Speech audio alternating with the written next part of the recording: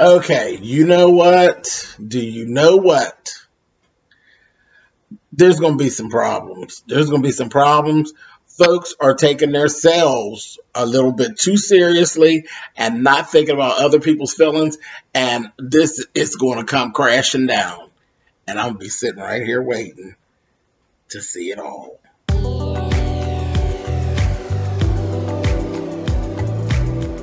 And I'm like, come on through, Cookie. I want to put my soapbox. That's basically it. Let's talk about drag in all its forms.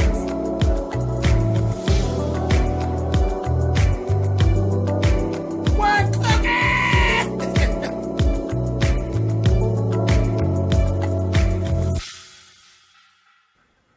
Hey guys, thanks so much for clicking on the video. This is my review for Love and Hip Hop Atlanta, Season 8, Episode 6.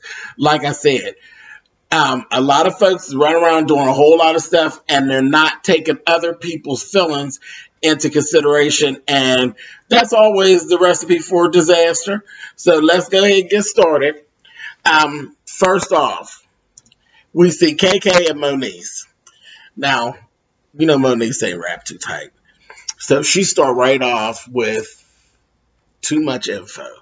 She's giving off like way too much info. She's sitting there telling KK how she feel about Scrap. And one of the first things come out of her mouth is, oh yeah, I'm dickmatized. Girl, don't nobody's mother want to hear that shit. I don't care how progressive their mom is, how young she tries to act, or any of those things. Don't nobody's mom want to hear that their son is dicking you down. They don't want to hear that. I know I don't. As a father, I don't want to hear it. So I know don't nobody's mother want to hear that. That's just ridiculous. Just trifling. But anyway, the sister done told KK about what happened between Scrap and Tiara. And baby, KK was pissed. She was like, oh, I'm going to take care of it. Yeah, I'm going to take care of it. Don't even worry about it. And I was like, uh-oh. So Scrap is like, just why are you telling my business? This is the Ustin child. She was bound to find out, and you know she's going to show her good old ass. I was like, oh boy, this ain't going to end well. Moving on. So then we see Mimi, Pooh, Rashida, and Tiara. And Pooh is telling them, you know, all this stuff about Carly and how Carly screwed her and her husband, and now Carly's acting funny and all of this stuff. And Mimi, it was strangely enough, Mimi didn't believe Pooh. Now that I don't get. I don't know. Y'all tell me in the comments. I believe Pooh. I believe Pooh, you know, from watching Carly as long as we have. Carly's a slut. Carly has always been a slut, like from the door. There was nothing really that Carly wouldn't do. And Carly is, you know, she lives in that, you know, that I do all of these very risque things. And, you know, she thinks that her sex life really makes her special. So I didn't question Carly at all. I believe that she did it. I believe she did it. I believe she did it on more than one occasion. But y'all put it down in the comments. Tell me what y'all think. So, but Mimi, the other one that's a little slutty, she believed it. I said, okay, whatever. Moving on. Okay, then we see, now this was like crazy. Carly and Mo went to the doctor, and I didn't even realize she had already started the IVF treatments, but she's already started them. And she said that she'd been on her period for over a month. And the doctor was saying that could be actually, she waited until Mo was actually out of the room when she told me. He said that could possibly be an actual miscarriage that has happened. I was like, oh my gosh. So he didn't actually, and we didn't get any more about that in this episode, so we don't really know. And I think that we'll actually go into that on the next episode. We'll see what actually went on. But anyway, she continued on, you know, with planning her engagement party. So, okay, cool. So a little bit after that, we see Carly meets up with Shay Mack. And she remembered her. She's like, I remember you, but, you know, Shay looks different. You know, she had cleaned up her act a little bit. And it was just kind of questioning. And she's like, Shay got in her feelings because Carly didn't remember her the way she wanted her to remember her. Like, I was like, Shay, now you've been doing good, but it looks to me like you gonna get on some fuck shit. Okay, bitch, we got our eye on you. We gonna see. We gonna see what's happening with you, Miss Shay. I was like,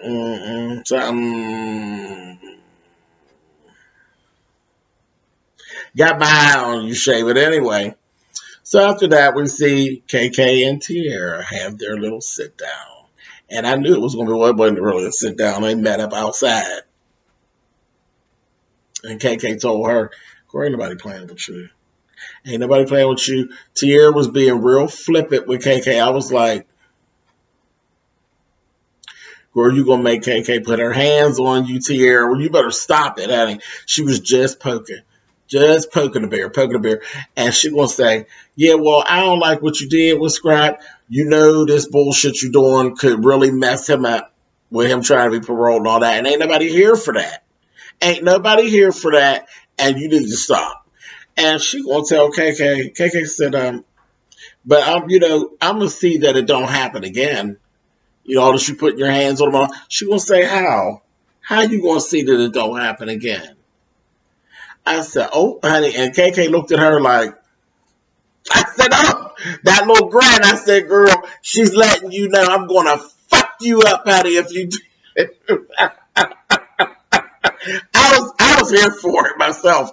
I didn't appreciate it when she did the shit to Scrap. And I don't even like Scrap all like that. Because I think Scrap is a dirty dog. And I've been trying to give him a little bit of leeway here. I said maybe he learned some things.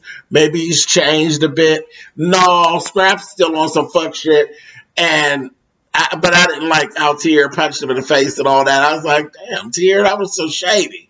You know, she didn't have to do all that to him. But yeah, KK like, girl, I'm gonna tear your ass up, honey. You keep go on and play with me and see what happens, honey. You're gonna see. You'll know when we're in it how it is that I'm gonna stop you from doing it again. I was like, all right.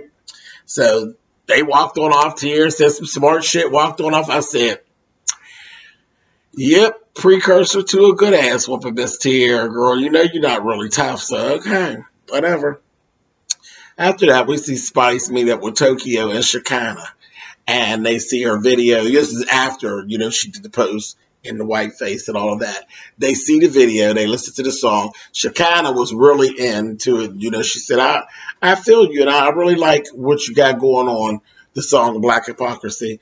She said, I like it. I like the vibe of it all. And she actually shared, well, they both did, Tokyo and her, shared some things that happened to them when they were young. They were young growing up, and they were brown-skinned little girls, and some of the different treatment. And Shekinah actually went so far as to share how she was so brainwashed into thinking that she felt like when she had babies, she wanted to have her babies with an Indian man with long hair to make sure that her kids didn't have a short ponytail, because she was always teased about having a short ponytail. I'm like, that is just sad. That is just sad. But they told her, we feel you. We feel where you're coming from. But we ain't down with you bleaching your skin for real. And then something clicked to me. I was here. I was here for Spice with all of what she's saying. Making people aware of what's going on. I'm here for it. I'm here for that. With bringing it, because colorism is a mess. It really is a mess. And I've actually said in a couple of videos, I've actually experienced some colorism within my own family. And it really shocked me. It was really weird. I was like, that is so stupid. It is so stupid, because literally in my family, all of the women who are like the head of the family, they're my complexion. So for me to have light-skinned cousins that's with the fuck shit doesn't make sense to me. It's like, we are actually kind of the majority. So you throwing shade at us for being dark, it's just backwards and crazy. Because generally when you see this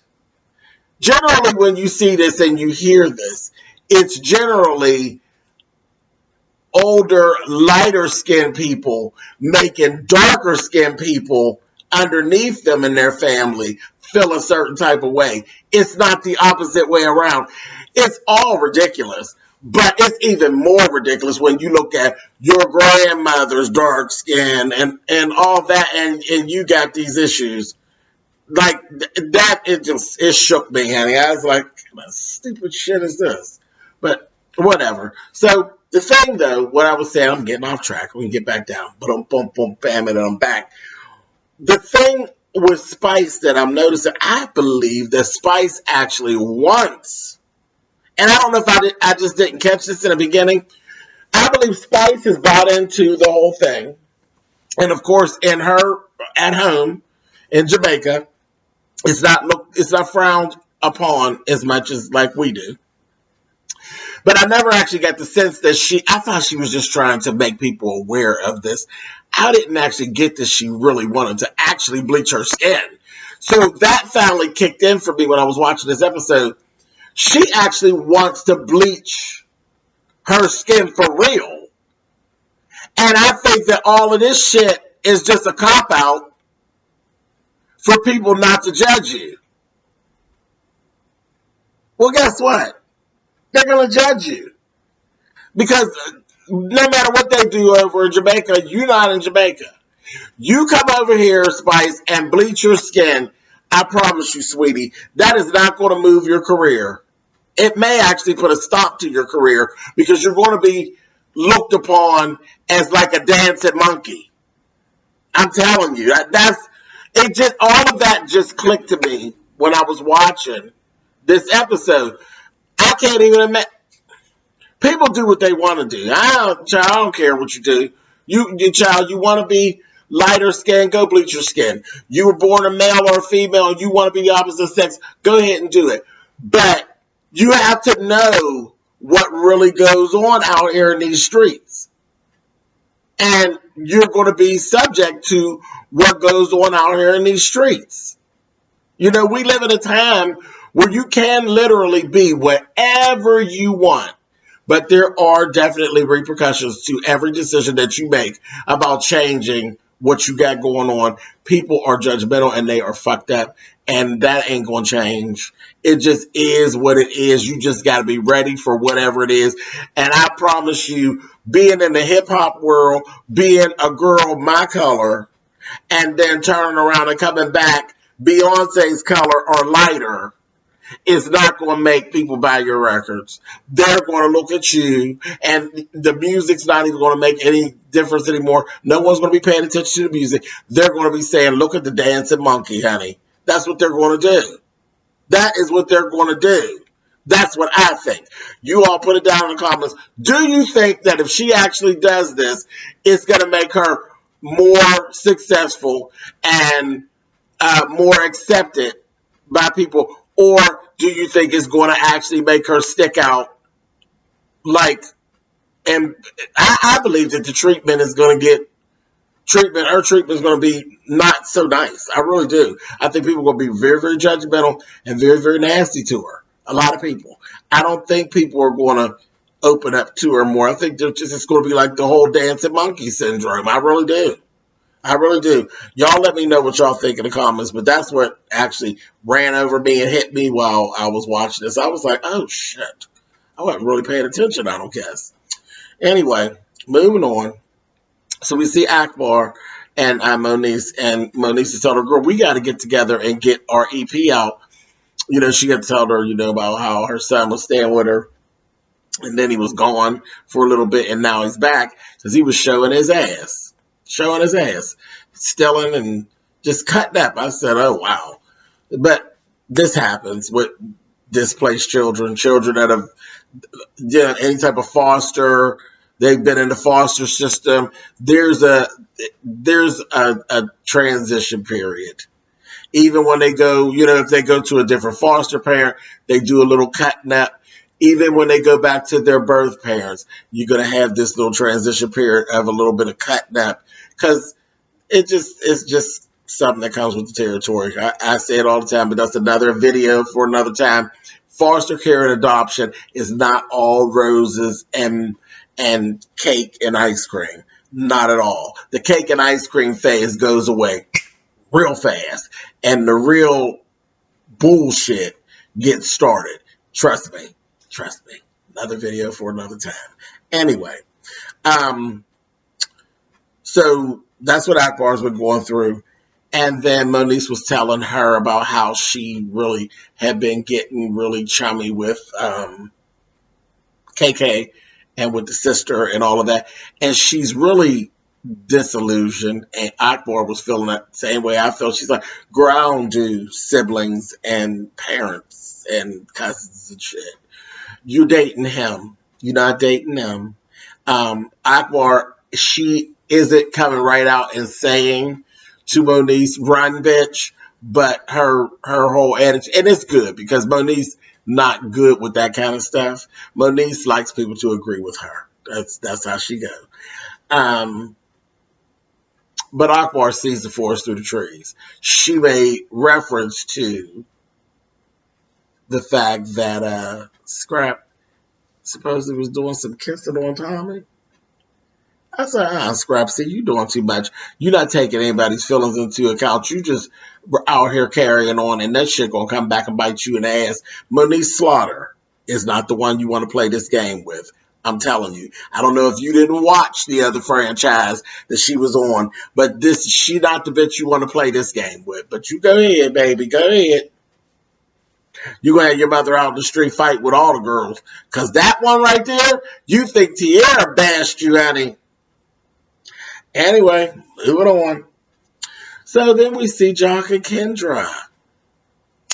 And Jock is trying to weasel his way out of going to the party. And Kendra's like, what's that? What's really going on? And he's going, the bullshit.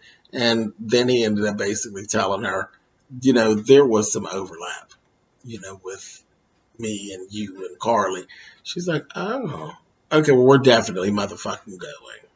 I said, come on, woman. I knew that was going to happen. We're definitely going. I just laughed. I said, mm-hmm. So that's that. Then we go over KK's house, and Scrap is there. And KK, she looks so nice. She did look nice, her little black and white blouse and her. I said, go ahead, KK. She looked good. But she was telling them, she was putting it down, telling them, you're doing all these different things. You're going to mess around and screw yourself up. And I ain't here for this. Cut the bullshit. Then she said, you've been with Tommy, this, that, and the other. Tommy just got out of jail. You ain't even supposed to be around Tommy. So let's start there. You're not supposed to be doing any of these things. You need to stop and cut the bullshit.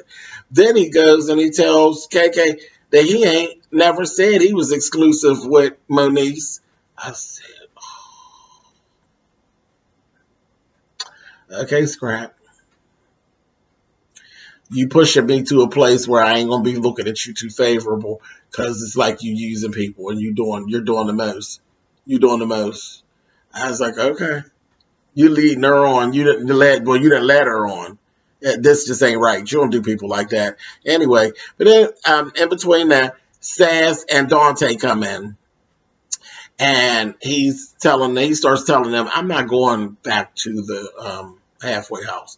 And they're like, what the hell you mean you ain't going back to the halfway house? Are you crazy? So now you done got KK over there. She done got all the way pissed. Like, what the fuck kind of dumb shit is you talking about? Child, and then that's when we found out he done already been paroled. He's done. He done got paroled and he's free. And KK looked at him. She was so mad. He gonna say, you just mad because you wasn't the first one that I told. She's like, I said, Lord have mercy. And she told me, yeah, but you still got to cut the bullshit, because it can still get bad for you, pal. He ain't trying to hear. He ain't trying to hear what she's saying. Scrap's going to be getting bammed again. He is. I believe Monique's going to snap out. I'm just waiting. I'm just going to sit and wait. Anyway, last thing. So we get to Carly's party. Oh, and there was a little meeting with Pooh and Pooh and good old Miss Shay Mack. And Pooh told her about how she wasn't invited and everything. And she told her, I want you to do something for me. I said, oh, shit. Anyway, so we go to the party. Party's nice. It's a very nice party. The girls actually get to meet Mo for the first time and really sit down and talk to him. And they liked him. You know, they did like him. And the more I'm looking at Mo, Mo is very likable. A very likable guy. I've been really paying attention to him for the last couple of weeks. He's very likable. Guess what? He actually is too good for Carly from what I'm seeing right now. So I don't know. I guess we're going to see some more about him. But for right now, he seems a bit too good for Grandma Carly. Anyway, moving on. Then I started noticing Shay. And there was a whole piece of the little conversation where Shay was like talking about how she was going to mix her music in, and Carly was like, no, not at my engagement party, girl. You'll play the songs that I chose, and that's that. And Shay was like pissed off with that. I was like, girl, you're doing too much. But Shay just was up there cutting up on that mic. She was doing a lot. Like, she's like, who's this girl that came in with Jock? All on the mic, all over top of the party. I was like, oh my God. She kept doing little stuff, and people was like, the hell's up with the DJ? I was like, girl, she's doing a whole lot, you know. And then she went in. Oh yes, I wanna talk about Carly. Yeah, I got a message from a good friend of mine that wasn't invited tonight. This, that, and the other. And she starts and she's delivering this message from Pooh. She's on the mic, going on and on, all about Carly being a tramp and this, that, thing, and the other. And I was like, really? Well, you'll be going back home with your baby soon because you ain't going to have nowhere to work. Ain't nobody going to mess with you. Ain't nobody going to mess with you. That's some messy, funky shit that you doing. Honey, Carly threw the microphone at her and told her, she said, security, escort this bitch out of here. Carly was trying to throw shit at her and couldn't get to her. But guess who did throw something at her and hit her? I said, y'all ain't learned. You know, Spice know how to get around the little security and hit people. She does it all the time. I looked, I said, what the fuck did Spice just throw? Whatever it was, she bammed the shit out of Shay. I said, damn you, Spice. It was a mess. But that's where it actually cut out at. I was glad she hit her with something. She deserved it.